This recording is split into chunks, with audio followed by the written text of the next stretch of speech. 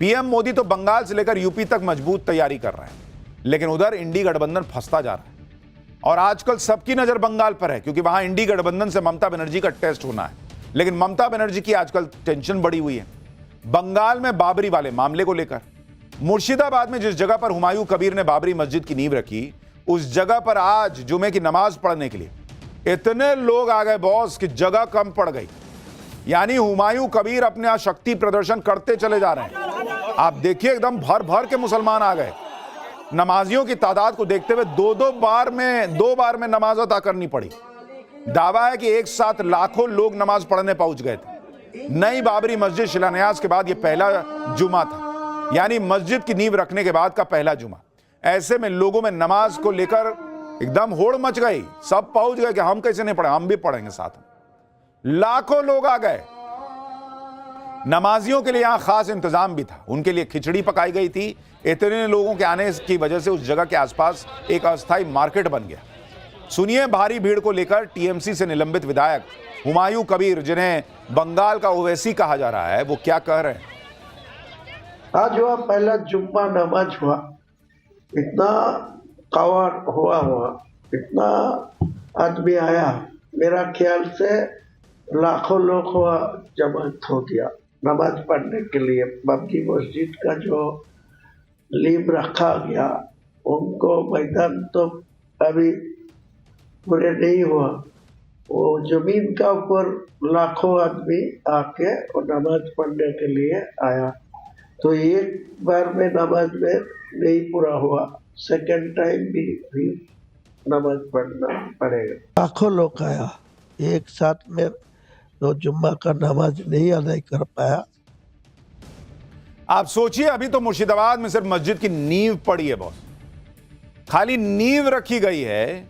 और जिस विधायक को ममता बनर्जी ने निकाल दिया, वो वहां उसके समर्थन में लाखों लोग पहुंच गए।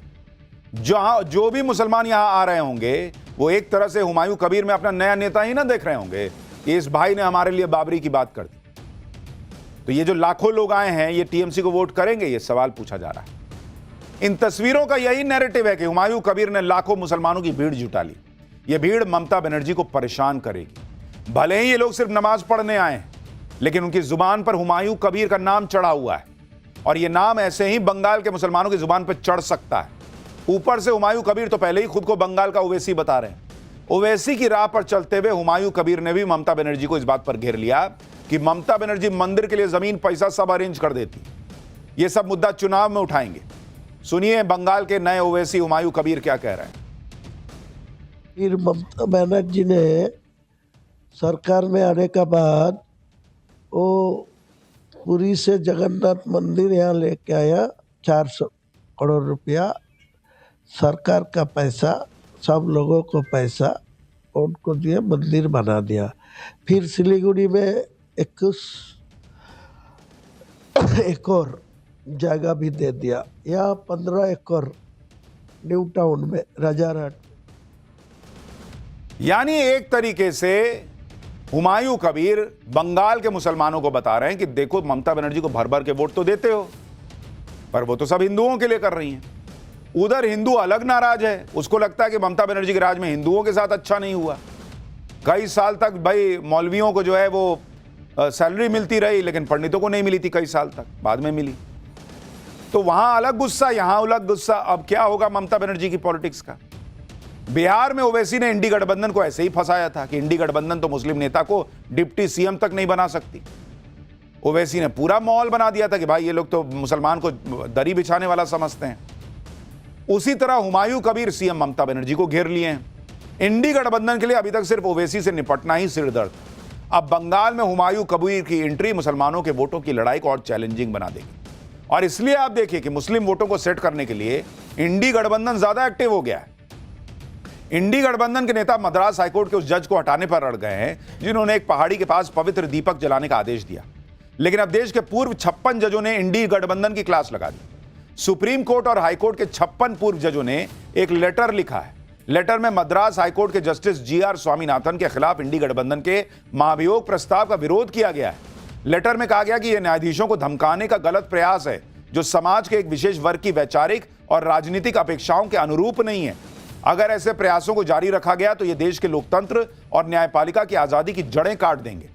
पूर्व जजों ने कहा कि सांसदों ने जज को हटाने की जो वजह दी है वो महाभियोग जैसे दुर्लभ, अपवाद और गंभीर संवैधानिक कदम को सही ठहराने के लिए पर्याप्त नहीं। इन रिटायर्ड जजों ने इमरजेंसी की दौर का भी हवाला दिया और यहां तक कहा कि महाभियोग के बदले की कार्रवाई का हथियार नहीं है। जजों को राजनीतिक उम्मीदों के अनुसार चलने के लिए मजबूर करने के लिए उन्हें हटाने की धमकी देना, ऐसा तरीका लोकतंत्र विरोधी, संविधान विरोधी है। यह भी कहा गया कि इकलौता मामला नहीं है, हाल ही में ऐसी घटनाएं बढ़ गई हैं। यानी देश के बड़े बड़े 56 जजेस ने इंडी गठबंधन को आईना दिखाया कि बॉस ये क्या कर रहे हैं आप लोग।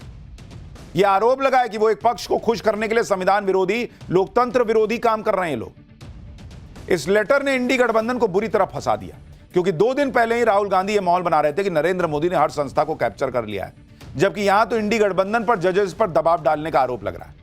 और यह कोई सियासी आरोप नहीं है, जज ही आरोप लगा रहे हैं। लेकिन भाई एक पक्ष को खुश करना है तो महाभियोग ले आए।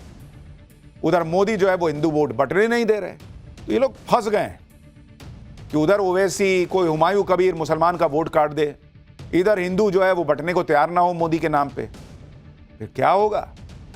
जो होगा सो होगा। तो वहां अलग गुस्सा, यहां अलग गुस्सा। अब क्या होगा ममता बनर्जी की पॉलिटिक्स का? बिहार में ओवैसी ने इंडी गठबंधन को ऐसे ही फंसाया था कि इंडी गठबंधन तो मुस्लिम नेता को डिप्टी सीएम तक नहीं बना सकती। ओवैसी ने पूरा माहौल बना दिया था कि भाई ये लोग तो मुसलमान को दरी बिछाने वाला समझते हैं। उसी तरह हुमायूं कबीर सीएम ममता बनर्जी को घेर लिए हैं। इंडी गठबंधन के लिए अभी तक सिर्फ ओवैसी से निपटना ही सिरदर्द। अब बंगाल में हुमायूं कबीर की एंट्री मुसलमानों के वोटों की लड़ाई को और चैलेंजिंग बना देगी। और इसलिए आप देखिए कि मुस्लिम वोटों को सेट करने के लिए इंडी गठबंधन ज्यादा एक्टिव हो गया है। इंडी गठबंधन के नेता मद्रास हाईकोर्ट के उस जज को हटाने पर अड़ गए हैं जिन्होंने एक पहाड़ी के पास पवित्र दीपक जलाने का आदेश दिया। लेकिन अब देश के पूर्व 56 जजों ने इंडी गठबंधन की क्लास लगा दी। सुप्रीम कोर्ट और हाईकोर्ट के 56 पूर्व जजों ने एक लेटर लिखा है। लेटर में मद्रास हाईकोर्ट के जस्टिस GR स्वामीनाथन के खिलाफ इंडी गठबंधन के महाभियोग प्रस्ताव का विरोध किया गया है। लेटर में कहा गया कि यह न्यायाधीशों को धमकाने का गलत प्रयास है, जो समाज के एक विशेष वर्ग की वैचारिक और राजनीतिक अपेक्षाओं के अनुरूप नहीं है।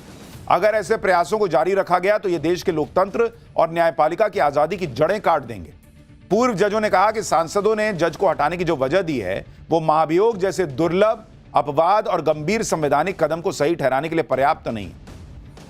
इन रिटायर्ड जजों ने इमरजेंसी की दौर का भी हवाला दिया और यहां तक कहा कि महाभियोग के बदले की कार्रवाई का हथियार नहीं है।